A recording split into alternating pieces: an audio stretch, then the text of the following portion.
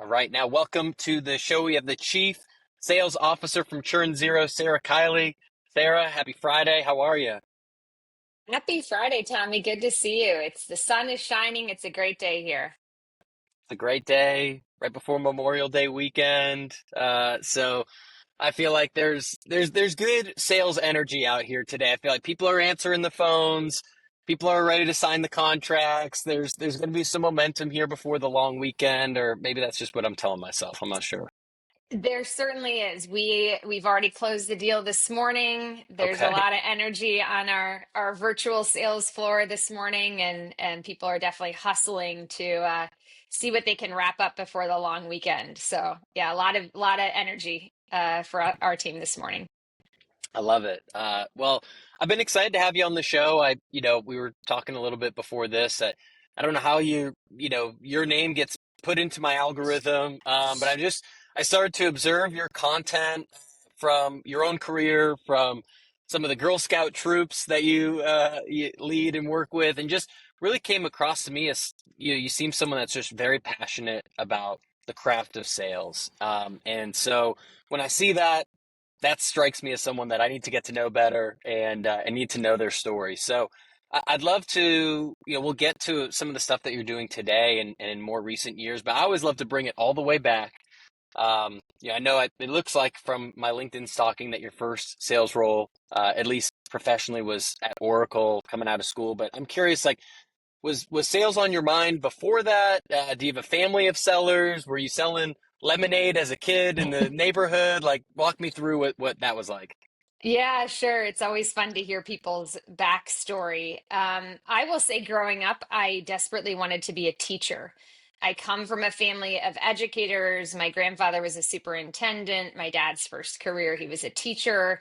I used to ask my mom to take me to the teacher supply store so I could buy an authentic grade book to play with my Uh, friends. I think if I were though to reflect back, I was a Girl Scout growing up, and I was always a top cookie seller. And not because my mom was putting me out there or taking me around. It was in the time where I bundled up and I walked door to door in my neighborhood, and I really was very motivated to try to be a top seller. So I think there's something kind of innate in my personality. As I think about what I was really looking for, the ability to lead, the ability to be a continuous learner, the ability to make an impact. Um, and going up through college, I interned for a local company to me. For most of my time in college, I interned in their human resources department. And I think it was almost meant to be that at the time I graduated, they said, "Oh, we're on a hiring freeze." So all mm, of a sudden, I had an opportunity to kind of look in the market and try to uncover what's something that would energize me, what's something that would excite me, also who gets excited about my background and my experience. And if you were to look at the jobs that I held in high school and college, most of them were in the sales space. I worked at a sporting goods store selling sneakers and athletic attire. I was a waitress at a restaurant in Georgetown, going to college in DC. But ultimately, I was at a barbecue, so a lot of, in the college years, right, getting together with friends and meeting new people. And I met a woman at this barbecue who had just started at Oracle. So she was in their founding BDR team for their federal government practice here in the Northern Virginia area. And she said, "You've got to join. It's incredible. It's so cool." And so, long story short, I became also one of the founding BDRs for the federal government application sales team here in the Virginia area. And it was almost an instant connection. These were my people.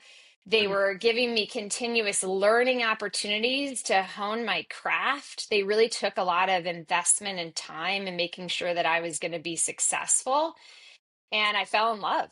It was not, it was a mathematical equation on how to be successful. Great. If you do this number of dials, you'll get to this number of calls, to this meetings, to creating the pipeline. It made sense in my brain, and I had a lot of fun doing it. So, um, if you'd ask the 10-year-old Sarah, she would say, I'm dying to be a teacher. But reflecting back, I think I was always a very gritty salesperson from a very young age. Well, and I think a lot of great salespeople that I know even were teachers at one point, and I think a lot of the best leaders are teachers, they're coaches, and so I think there's a big crossover that I've seen between that, just from people that have even gone into the profession and have changed over. So you get into post grad into Oracle. From what I understand, amazing sales training there, and they really coach people that are recent grads or it's their first sales role. Um, you're making a bunch of dials. How do you perform like coming out of the gates? Are you killing it? Are you struggling? Somewhere in between? I definitely have stories in my career, not to say that everything went perfect for me, but I was really a rock star at Yeah. Oracle. And I think that was really about the partnership that I had created with the reps that were in the field. Mm. And so many of those reps really leaned in to mentoring me in the sales profession. I'll never forget, I had one rep sit down with me in the cafeteria in Oracle, and she said, Sarah, here is my entire territory. I want you to pick an area of my territory and become an expert, more of an expert than I am on that part of the territory and how we're going to unlock it. And so combine together the incredible sales training I was getting with the coaching that I was getting from the field reps, and I really started to challenge the status quo, which in a big company like Oracle doesn't always go over very well. But I was the first BDR to be invited to go in the field to attend conferences with my Mm. team. And it wasn't because they wanted me to work the booth, it was because they wanted me to find the people and make the connections for them at the event. Go find these decision makers, get them to agree to a conversation and a sit down time for a meeting. And so I really was continuously pushing the envelope in what is it going to take to not only meet but exceed the goals that I have? How can I best support the field team that I'm partnering with so that it really feels like I'm an extension of the work they're doing? And we're all in lockstep. So it was an incredible run at Oracle. It was really fun and really laid the foundation for me leaning in and stepping up to being a full sales cycle rep. Is there is there a reason why you decided to move on from Oracle and it looks like just going into some of like throughout your career leaning heavier into startups? Was it more of that like challenging authority and wanting to be more creative or break out of the box that sometimes really large companies it's just not conducive in that environment? Was that part of it? It was, and in full transparency, I left with one of my field reps and exiting from Oracle, and we went to a company called Endeca that was more of a startup company, end up later being acquired by Oracle. But it was that, out of the box thinking and strategies that I was running that had me bump into a few things internally at Oracle, right? A little bit of pushback. And so for me, going into an organization that was more in startup mode was really energizing and exciting. An innovative technology solution, an opportunity to leverage the best practices that I had learned. And so I very eagerly followed one of my field reps on to the next organization and saw some pretty incredible success there as well.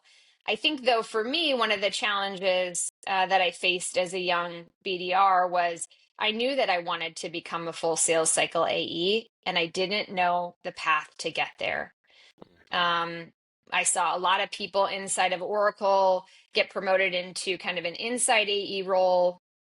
But candidly, if you wanted to be a field rep, you needed to take that inside role, leave the company, get a field position, then come back to the company. So I was really doing a lot of watching and learning and trying to understand, how do I best set myself up for success? I've loved being a BDR, but I think anyone that's sat in that seat knows that there's a tenure to that role, and Yeah. it's a pretty exhausting role, and you really want to leverage that foundation that you've built, the skills that you've learned, and take that into the next step in your career, whether that's a full sales cycle closer or into another department.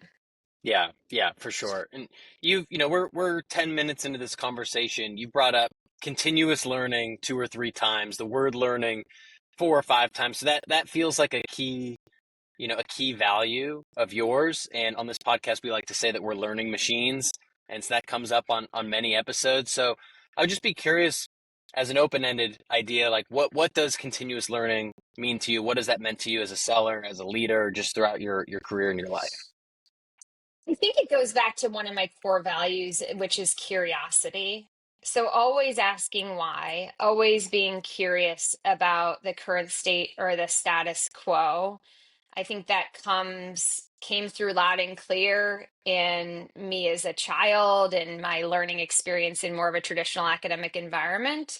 But even in the professional space, really leaning in to content that was being delivered to me in a sales methodology training at Oracle, or taking initiative to say, how can I better build out my skills? So I joined Toastmasters Club at Oracle because I wanted to get better at speaking in front of large groups. I wanted to really hone and refine those skills. And so fast forward to where does that take me today?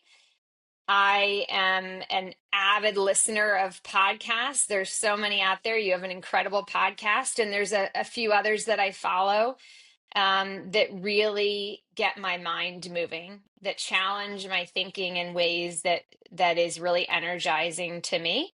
And so I find that keeping a great network of folks that are in the same line of work and doing similar things, making sure that I'm constantly reading and listening to different viewpoints and learning, I think is what allows me to continue to be successful in this ever evolving profession, because it's definitely very different today than it was when I was a BDR.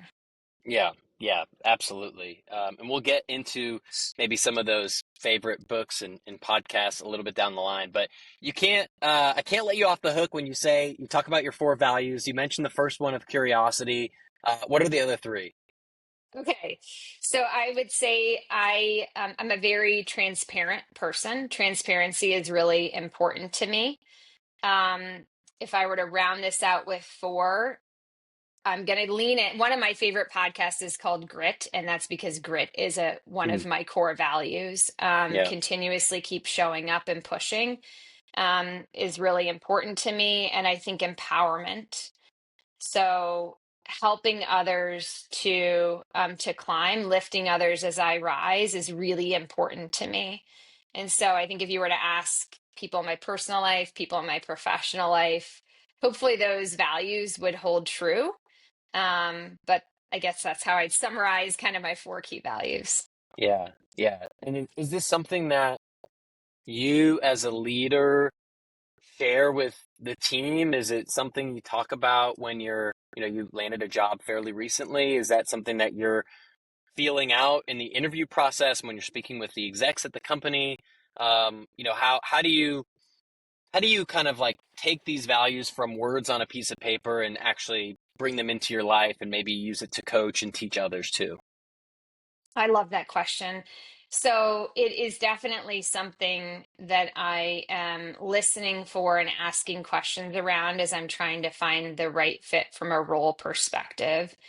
And I'm never going to have all the answers to the questions or be able to solve all the problems or challenges that we're facing in an organization. And so knowing that I'm in a company that values empowering others, that values being curious, thinking differently, thinking outside of the box, and how we solve those challenges is really important to me. And from a transparency standpoint, sure, there are things as an executive in an organization that stay at the executive level, but I think there is um, an approach to being very transparent across the team on what the core objectives are, what your role is in achieving those, what are other things happening in the business that are impacting those. And so it was really important for me in interviewing that I found an organization that was comfortable with the curiosity that I was going to bring, was comfortable with me empowering leaders across my team to tackle challenges in new and innovative ways, and generally had a culture of transparency. So those are things that weren't super challenging to assess, but I had to be really mindful of doing that. And so now coming into the organization and being a part of the leadership team and kind of setting the tone for my new team, um, I hope that if we were to ask them, that they would say, yes, Sarah is a transparent leader. I find opportunities across the team to empower people, that I encourage a culture of grit across our sales organization. And I think I model those not only at a high level, but just in the day-to-day interactions and strategies that we're employing across the team. So, yeah, I think that's how it pulls through. Yeah, yeah. That it's interesting you bring up the modeling part. I did recorded an episode with Nate Vogel, who has a fantastic sales enablement background from Tableau and Gong and Databricks and a few other places. And that was one of the keys that he said around coaching is like you have to be a great model. You have to lead by example. And we talked about that for quite a bit of time. For those four traits, curiosity, transparency, grit, empowerment, what I'll say for me, I feel like as someone that is relatively new to owning a business and trying to grow, I feel like the empowerment is sometimes the hardest part. It's like, oh, I think I can do it, really well, or it's hard to release control. I'm curious, like, are any of those four particularly challenging, or have they been challenging throughout your career to learn, or are those have just been innately and it's not hard for you to have a really transparent, tough conversation. It's not hard for you to lean in when, and be gritty when things are tough. That's just kind of built into you, or were any of them like more learned behaviors? I think the grit is just the nature of who I am as a person and a part of my Yeah. personality. And when I think about transparency, that's something that I try to keep very top of mind. And I don't always get it perfect, but it's something that I always try to keep at the forefront of my mind. I don't disagree with you that empowerment can be challenging, especially if you have previous experience or expertise in an area that is maybe a new challenge for the company that you're at. When I think about assembling a leadership team, and I've had the opportunity to build leadership teams at a couple organizations, one of the things that I'm looking for in bringing folks into one of my leadership teams is I'm looking for cultural ads and I'm looking for skills and expertise and experience ads. So, what are my strengths? What are the core competencies and skills? Where should I really lean in? Where can I make the most impact in an organization? There are a lot of things I could tackle, but there are some things that if I take the lead, I probably do a pretty good job at that. And I'm looking to assemble a leadership team that has strengths in different areas that we can then lean on. And so, stepping into my organization, I'm about 2 months in. I think we're still learning about each other and still learning where the strengths are across our leadership team, but trying to give people the opportunity to rise into leadership projects, initiatives, strategic efforts, and trying to be a nice backstop for them. Maybe that's something they haven't done previously. Maybe this area is not an area of expertise, but they'd like it to become one.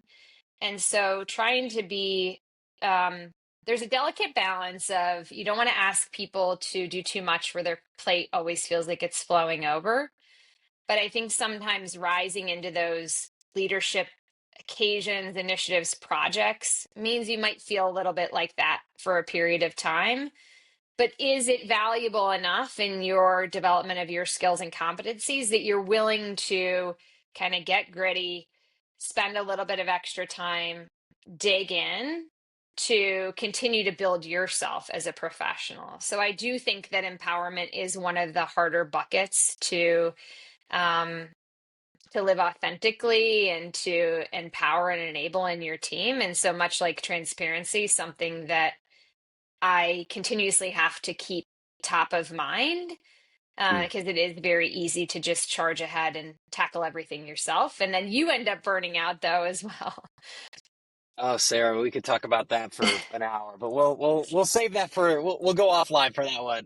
Yeah. So I've got on my notes. We got you mentioned earlier for your own life, but you post a little bit on LinkedIn also about leading across the Girl Scouts, and I think your daughter uh, as a very, I think I saw was a top 100 Girl Scout cookie salesperson in the country, or in her region or her age group. So I don't know how many Girl Scouts there are, but I would imagine tens of thousands or a very high number. So that's a very impressive feat. Walk me through. Um, let's just start at the very baseline because I've never been a Girl Scout and sold cookies. I've eaten many of them. What is what is the process nowadays for selling Girl Scout cookies? Are people still going door to door?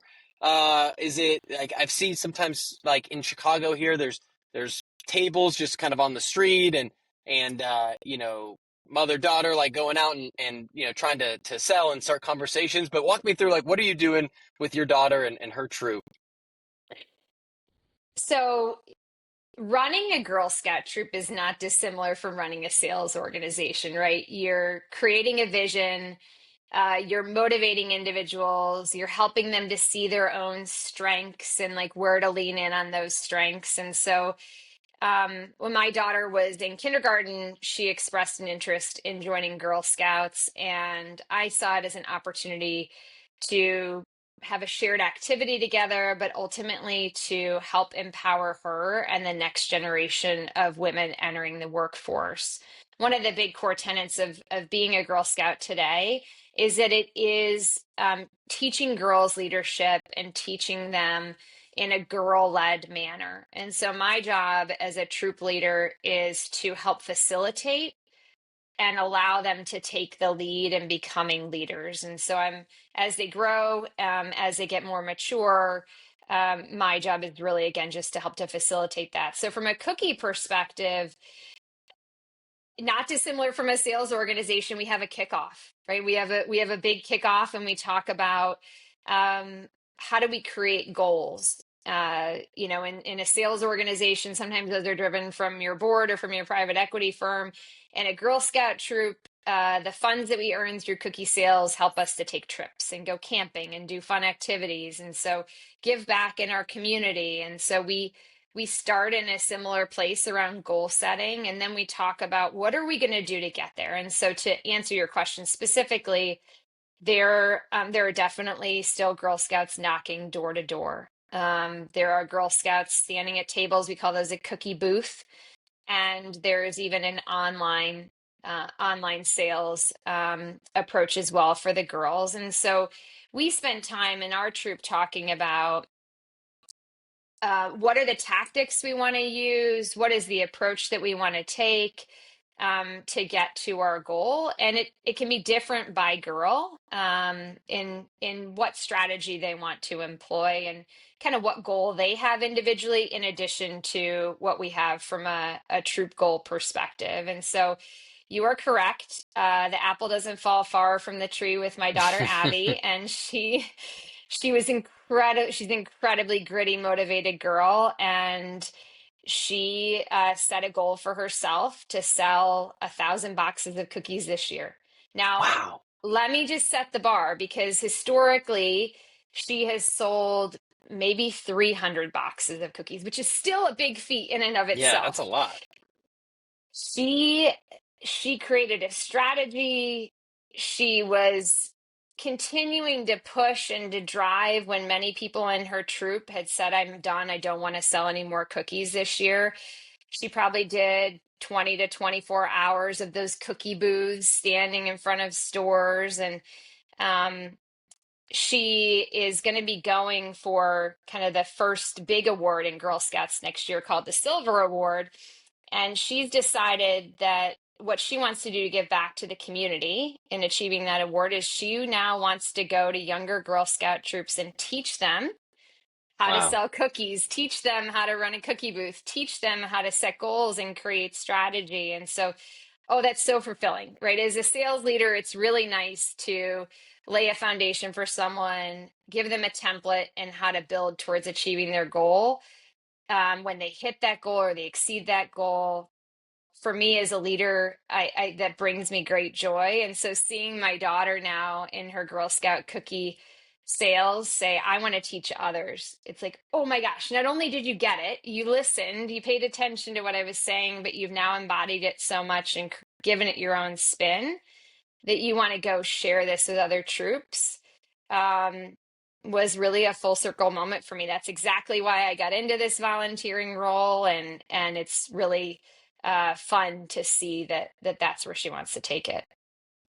You know what I love so much about kids is like there are no limiting beliefs with the story that Right. you just told. She's already selling 300 boxes, which if you told me if I were to guess the average, I feel like it would be in the I would have said like 50 boxes for the summer. You set up a couple booths, you Right. call your maybe your parents make a few asks to their coworkers or friends or something like that.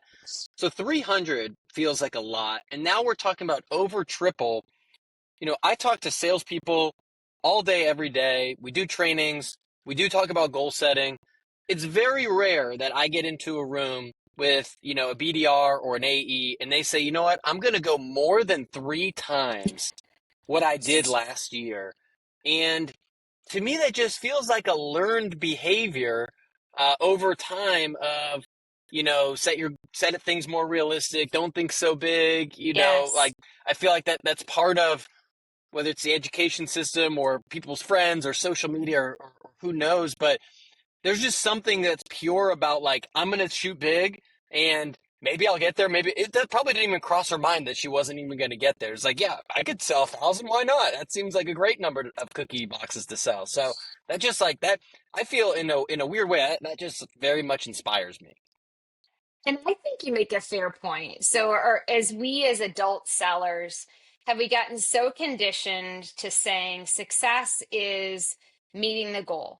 Maybe we're striving for a president's club. So, success is meeting the goal and doing just a little bit more. But to your point, my daughter, Abby, and I had to hold myself back because she's saying, I'm going to do 3X this year.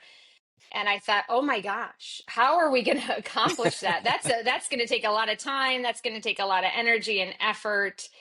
And I just kept checking in with her throughout the sales season to make sure that was still a goal that she wanted to strive for, and make sure that we were grounding ourselves in how are we going to get there?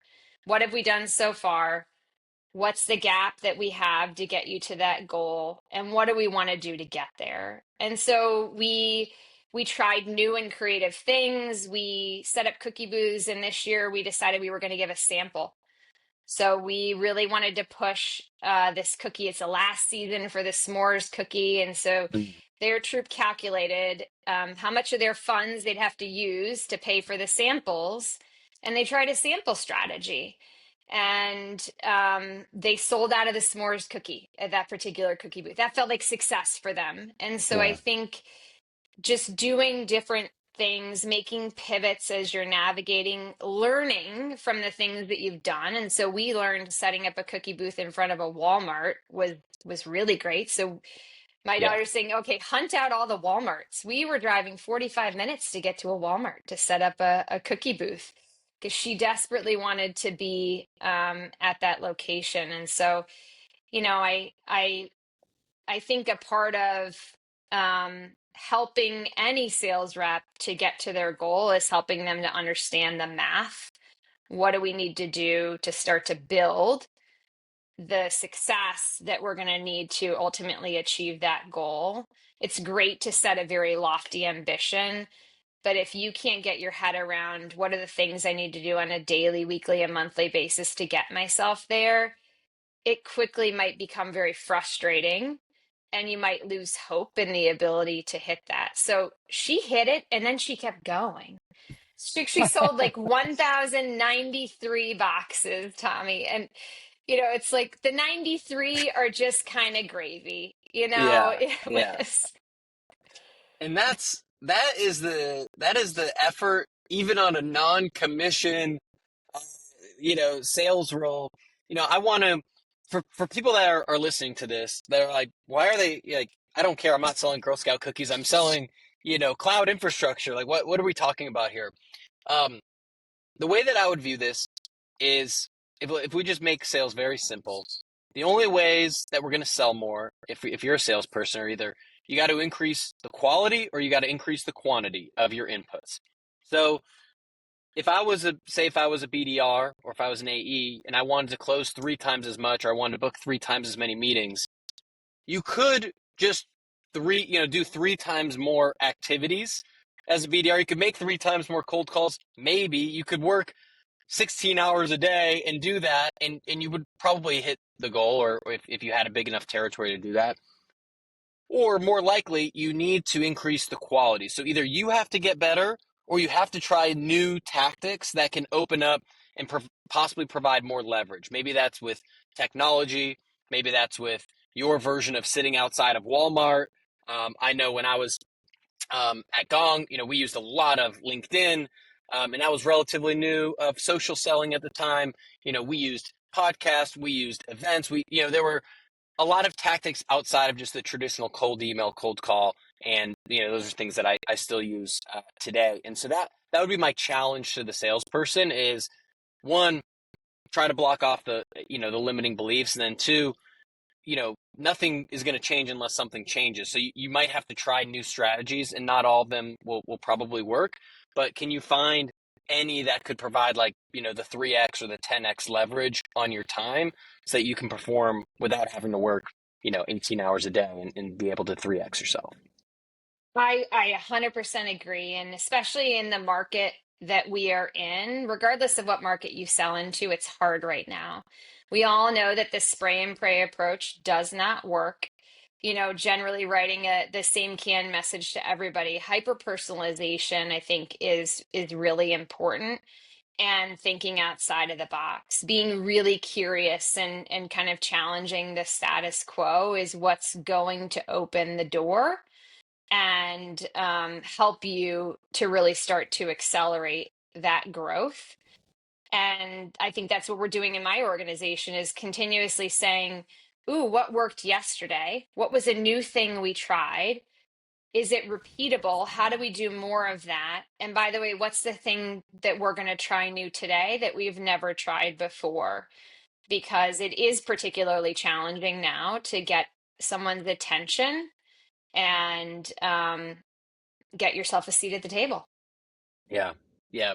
How how do you on the flip side, if you had it sounds like this is just intrinsic in your daughter, which is outstanding, but if you have someone on the team that is performing at a really high level, um, do you ever see the motivation start to dip and they say, I'm already I've hit my goal. I'm going to kind of coast the rest of the month, the quarter, the year. Do you have any tips for a leader on trying to keep them engaged and motivated and pushing even though they're already at P Club and they're already making really good money and everything else? The first thing that's top of mind for me when you ask that, Tommy, is the compensation plan. I've spent a Yeah. lot of time as a sales leader perfecting the art of a compensation plan that continues to drive momentum success and continues to motivate those that have already met or even exceeded their goals. Um, so I think if you structure your compensation plan correctly, and in a simple way that is easy for your sales reps to understand, you really can take someone and hit 130, 140, let's say the 3x percent of their goal. Yeah. And I think oftentimes what I've seen in that Q4 hustle is, for better or for worse, usually when this year restarts, so does your commission rate.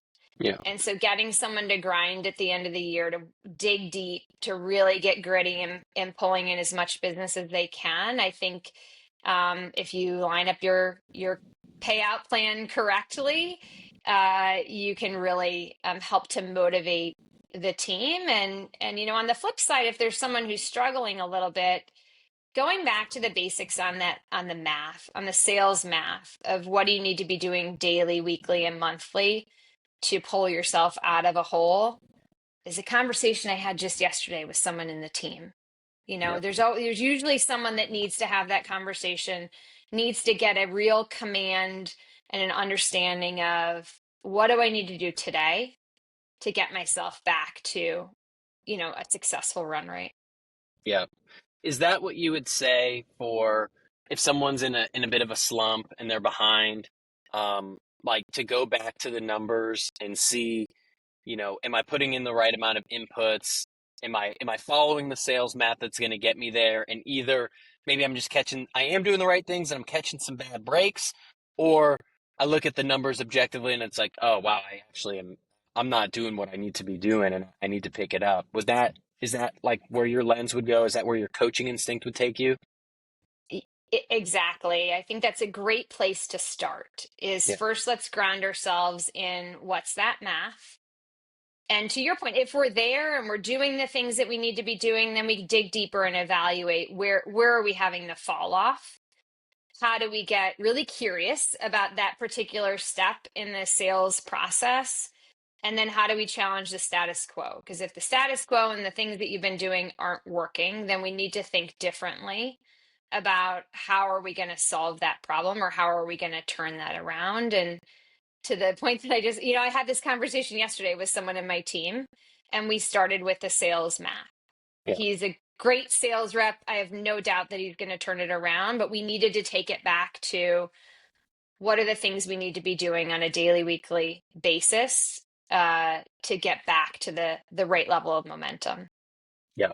And one last thread I wanted to push on before we get to some rapid fires is you brought up comp plans. Always a tricky topic for sales leaders and trying to master it right. But just because you made an emphasis on you've been trying to perfect this over years, anything, any tips that you would give to someone when they're putting a plan together? Maybe for the first time, or trying to make it more heavily incentivized for the reps, other than maybe just some of the basics of have accelerators after you get to 100%, or anything stand out to you? I think it's really important when you're a new sales leader creating a compensation plan that you understand what's important to the business. Are there certain offerings or products that you have that need to have a certain acceleration in growth, and that you understand what does success look like?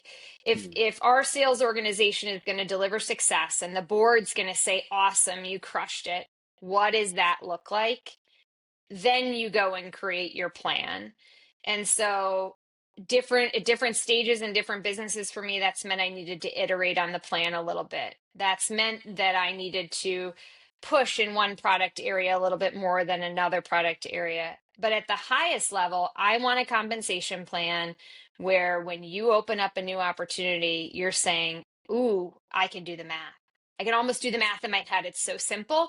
Maybe I got a quick calculator on my desk, but I'm in my first call and I already know what my payout's going to be on the deal.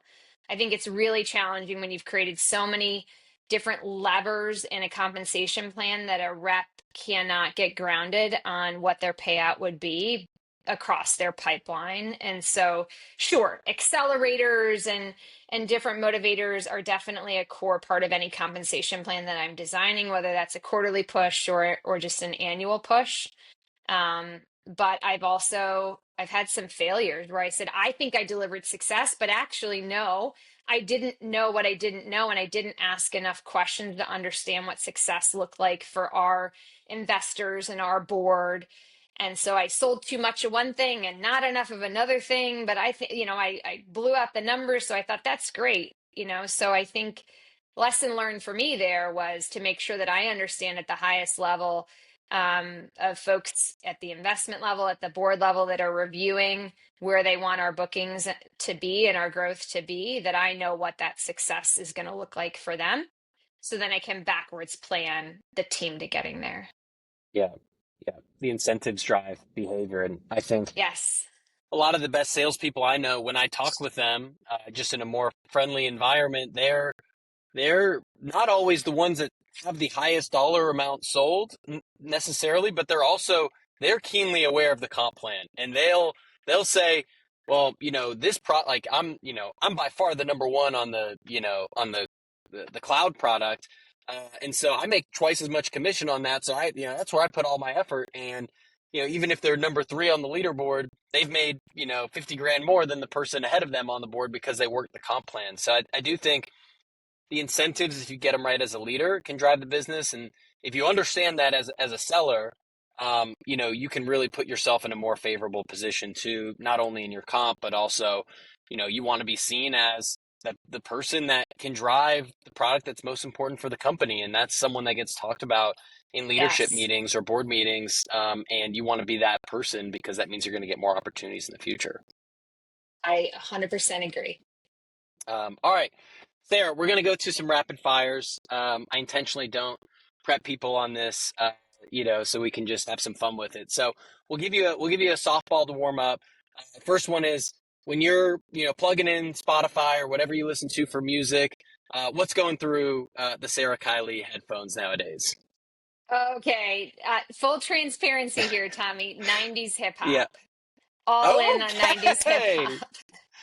We're cut from the same cloth. Are you getting into some like Tupac? Are you getting into some, what are you playing? Tupac, Biggie. I mean, it's there really isn't anything bad. If I just tune into a 90s hip hop, I am 100% guaranteed to enjoy every song. So Yeah, I'm a equal opportunity lover of that genre. yeah, And if you see me with my AirPods in, that is what is playing in the background. And my kid, my 13-year-old son would say, "Oh, mom, like you do you really listen to that music?" yeah, yeah. It's the best. Nothing gets you ready for a sales call like that, like some '90s hip hop. I love it. So we talked about learning earlier. You mentioned, you were a voracious reader throughout your career. So I'm curious if there's any standout books that have really helped you. It doesn't have to be a sales book, but it could be around sales or leadership or personal development or anything that's really had a big impact on you.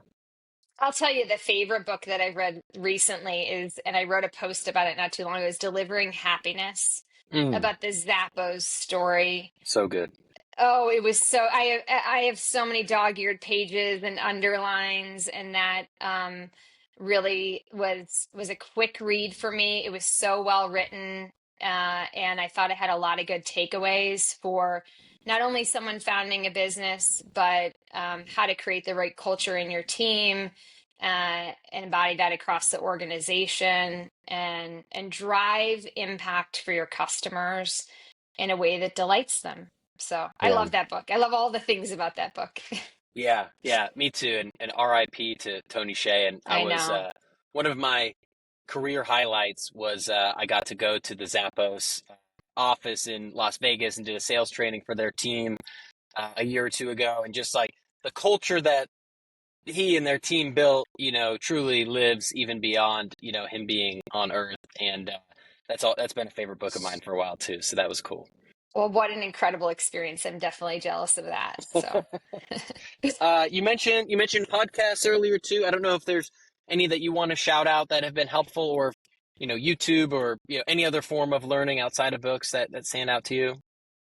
I mentioned the Grit podcast, which Yep. is out of Kleiner Perkins. I love that one. There's another podcast called The Corporate Competitor, which Mm, ties titans of industry to their background in athletics. So maybe just a high school athlete or a collegiate athlete, but what being a part of a team, a sports or athletic team, has meant to them and their ability to be successful in business. It hits home for me as someone who loves athletics and sports and grew up playing a lot of them. So I love that podcast. You'd recognize a lot of the executives that are on there. And then from a tactical perspective, I have been digging through content on 30 Minutes to President's Club. I think they have a lot of yep. good tactical podcast episodes that have, actionable takeaways. But that's just a very short list of what you Yeah. would see in my favorites. So yeah, a few to maybe check out. Love it. Since you brought it up, favorite sport to play or watch?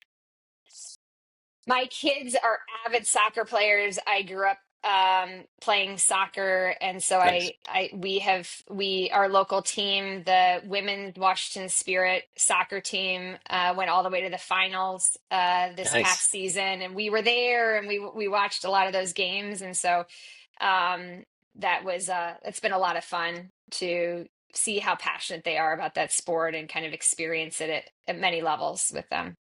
Love it. Got a few more for you.